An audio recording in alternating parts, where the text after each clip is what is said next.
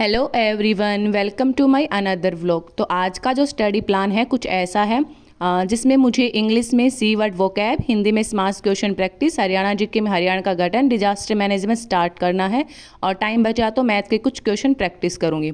तो जो आज दिन की शुरुआत थोड़ी लेट हुई थी ड्यू टू पर्सनल रीज़न, और उसके बाद मैंने सबके लिए चाय बनाई और चाय पीते पीते साथ मैंने क्वेश्चन प्रैक्टिस करे। और जो आज स्लॉट 1 था वो काफ़ी छोटा था क्योंकि लेट उठने की वजह से, और फिर मैं जो घर के काम हैं उनके अंदर लग जाती हूँ।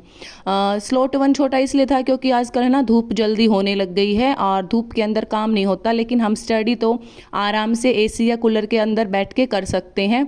और उसके बाद जो मेरा स्लॉट 2 स्टार्ट हुआ था वो हिंदी का हुआ था, जिसके अंदर मैं जो समास है उसको रिवाइज कर रही थी। समास वैसे मेरा कल कंप्लीट हो गया था, लेकिन आज मुझे इसके क्वेश्चन प्रैक्टिस करने थे तो सोचा इसको अच्छे से पहले रिवाइज कर लेती हूँ और उसके बाद मैं इसके क्वेश्चन प्रैक्टिस करने हैं। हिंदी के अंदर मेरा संज्ञा, स्वरनाम, संधि और समास ये 4 टॉपिक अच्छे से कंप्लीट हो गए हैं और ये मेरे नोट्स हैं जो मैंने खुद ने बनाए हैं। एक बार मैं इनको अच्छे से तुम्हें दिखा देती हूँ। ये समास के नोट्स हैं जो मैंने 2-3 बुक से अच्छे से एक्सट्रैक्ट करके और फिर बनाए हैं। ये होने के बाद फिर जो क्वेश्चन प्रैक्टिस करना था वो मैं इस बुक से कर रही थी, अनुष्का वाली बुक है, और इसके अंदर मैं वो भी एग्जाम्पल देख रही थी जो मुझे कभी नहीं समझ में आए होंगे। मैंने टिक कर रखा था, एक बार उनको मैंने ऊपर ऊपर से देख लिया था और फिर मैं क्वेश्चन प्रैक्टिस करने लग गई थी।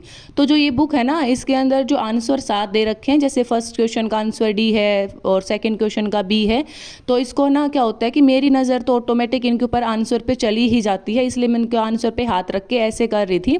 मुझे वो बुक अच्छी लगती है जिसके अंदर जो लास्ट में आंसर दे रखे हो, ताकि हम जैसे सारों के आंसर एक साथ लिख ले और फिर अपना मैच कर ले कि हमारे कितने सही हुए हैं कितने सही नहीं हुए हैं। इससे पता चल जाता है कि हमारी तैयारी कैसी है कैसी नहीं है।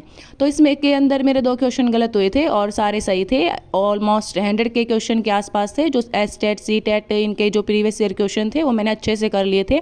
और फिर स्लॉट जो 2 स्टार्ट होता है हरियाणा जीके का, जिसके अंदर मैं हरियाणा का गठन वो टॉपिक कर रही थी। और ये वाला टॉपिक पता नहीं, मैंने 3-4 बार पढ़ लिया, मुझे समझ ही नहीं आता है। फिर मैंने ये जो एक पेज था जिसके अंदर बबीता मैम का यूट्यूब चैनल से मैंने ये उनके नोट्स बनाए थे सिर्फ इसी टॉपिक के, हरियाणा के गठन के, और इनको एक बार मैंने अच्छे से रिवाइज करा और फिर बुक से मैंने इसको फिर से पढ़ा। वैसे तो मैं जीके के नोट्स नहीं बनाती हूँ क्योंकि जीके अपने आप में बहुत वास्ट है, कितने ही नोट्स बनाए, लेकिन जो टॉपिक मुझे नहीं आता है उनको मैं लिख लेती हूँ। एक बार मैं आपको ये दिखा भी देती हूँ कि जैसे कि 1925 से लेकर 1966 तक, जब तक हरियाणा बना था, क्या प्रोसेस चला था, वो मैंने डेट के साथ शॉर्ट में लिख रखा था। इसको रिवाइज करने के बाद फिर मैंने बुक से करा था। और फिर जो नेक्स्ट स्लॉट था वो डिजास्टर मैनेजमेंट का था। मैं 2 घंटे सो गई थी, उसके बाद उठ के ये स्टार्ट करा था। और ये भी मैंने जो HSSC गाइड ऐप है वहाँ से बनाए हैं। अब तो उन्होंने जैसे वैसे नोट्स प्रोवाइड करे हैं, लेकिन मैंने स्टार्टिंग में बैच ले लिया था तो मैंने जो PDF है उससे पढ़ के ही एक बार फिर मैंने ये नोट्स बनाए थे। और मुझे इसका चैप्टर 1 करना था। वैसे तो मैंने जो न्यू सब्जेक्ट है वो काफ़ी दिन हो गए छोड़ दिए थे, जब से हरियाणा पुलिस की जो कट ऑफ आई थी तब कि मुझे लगा पता नहीं यार कब वैकेंसी आएंगी कब होगा, तो मैं कॉमन सब्जेक्ट लेके चल रही थी। लेकिन जो आज मैं ये जो डिजास्टर मैनेजमेंट है ये स्टार्ट करा है, तो ये 3 पेज का था जिसमें pre disaster, post disaster, during disaster हमें क्या करना चाहिए, ये वाला दे रखा था। और कल न्यूज़पेपर में ये वाला आया था कि पटवारी की जो पोस्ट है उसके अंदर 80% पोस्ट खाली है। अगर 3 या 4 हज़ार भी पोस्ट आती हैं तो उसके अंदर काफ़ी बच्चे एलिजिबल हो जाएंगे। तो थोड़ा पॉजिटिविटी फील हुई कि हाँ कुछ पोस्ट आएंगी तो पढ़ना स्टार्ट कर देना चाहिए न्यू सब्जेक्ट को भी, इसलिए मैंने डिजास्टर मैनेजमेंट कल स्टार्ट करा था और चैप्टर 1 मैंने अच्छे से कंप्लीट कर लिया था। और जो डिजास्टर मैनेजमेंट है ये जो TGT की जो भर्ती होंगी स्क्रीनिंग की, उसके अंदर भी अच्छे से काम आएगा। और जैसे EVS हुआ, डिजास्टर मैनेजमेंट, ट्रैफिक रूल, ये टीचिंग वाले में भी काम आएगा, तो इसको अच्छे से करना ज़रूरी है। वैसे जो मेरा फर्स्ट प्रेफरेंस है वो टीचिंग को लेके है, लेकिन टीचिंग की जो अभी कुछ वैकेंसी आ नहीं रही है, तो अभी तो जो CET मेंस है इसी का ही करना है। अगर टीचर की अगर वैकेंसी अभी आ जाती है तो मैं CET मेंस का स्किप कर दूंगी और टीचर पे ज़्यादा फोकस करूंगी।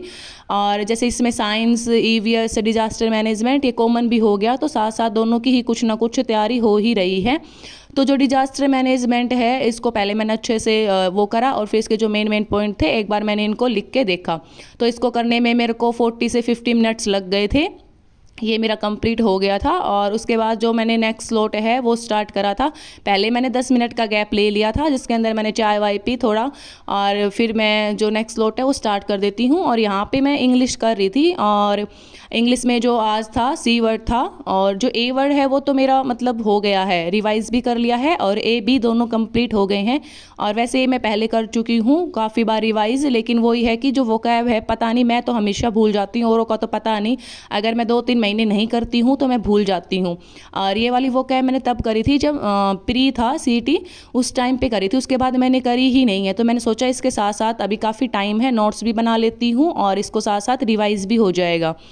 तो ये वाला मैं सी जो वर्ड है ये, इसके अंदर काफ़ी वर्ड्स थे, 1 घंटे का था, और मैंने जैसे कि मैम बीच में बात कर रही थी उनको स्किप कर करके कर लिया था। 40 या 50 मिनट्स के अंदर मेरा हो गया था। एक बार मैं ये भी देख लो, मैंने पूरा कंप्लीट कर लिया। और जो एक्स्ट्रा वर्ड भी हैं ये भी मैंने साथ साथ लिख लिए थे जो मैम ऑप्शन वाले बता रही थी। उसके बाद शाम हो जाती है और मैं शाम के काम में लग जाती हूँ, और रात को फिर थोड़ी देर 10 से 15 मिनट मैंने जो परसेंटेज के क्वेश्चन थोड़े प्रैक्टिस करे थे। Thank you so much for watching.